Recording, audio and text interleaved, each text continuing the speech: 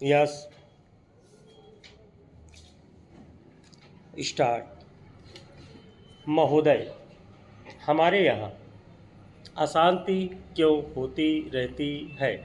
इसलिए नहीं कि पुलिस वालों की संख्या बहुत कम है।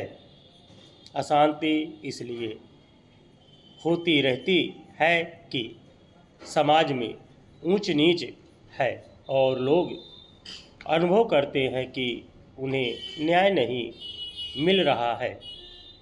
कानून और व्यवस्था की समस्या केवल भारत में ही नहीं है। मैं आपसे अमेरिका की ओर देखने को कहूँगी।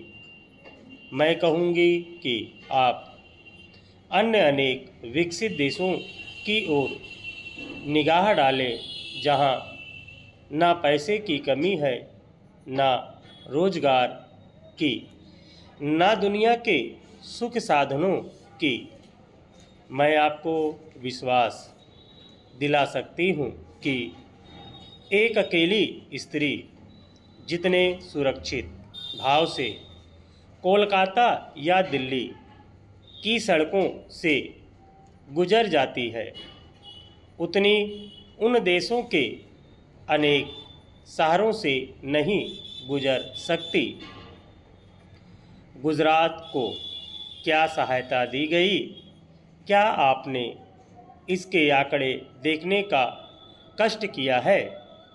मैं यहाँ कागज पत्र लेकर नहीं आई हूँ, लेकिन मैं कह सकती हूँ कि गुजरात को भारत के कई राज्यों की अपेक्षा अधिक सहायता मिली है।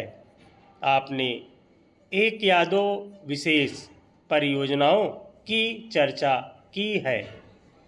प्रत्येक परियोजना पर उसकी आवश्यकता के अनुसार विचार किया जाएगा और आवश्यकता का यह अभिप्राय नहीं है कि अमुक फर्म या व्यवसाय गृह को क्या मिलता है।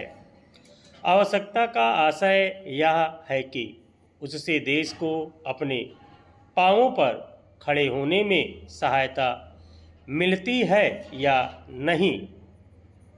हमें उर्वरकों की आवश्यकता है।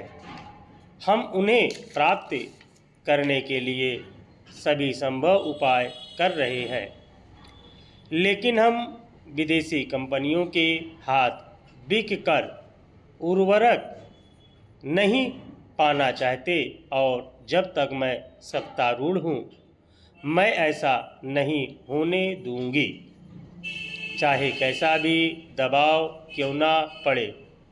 अगर आप चीखना चाहते हैं तो विश्वास रखिए, आप मुझसे ज़्यादा ज़ोर से नहीं चीख सकते।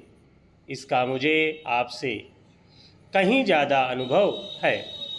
प्रत्येक मामलों को तब तय किया जाएगा जब वह विचार आपके लिए उठाया जाएगा। जहाँ तक टाटा परियोजना का संबंध है, वह योजना अभी सरकार के सामने नहीं आई है।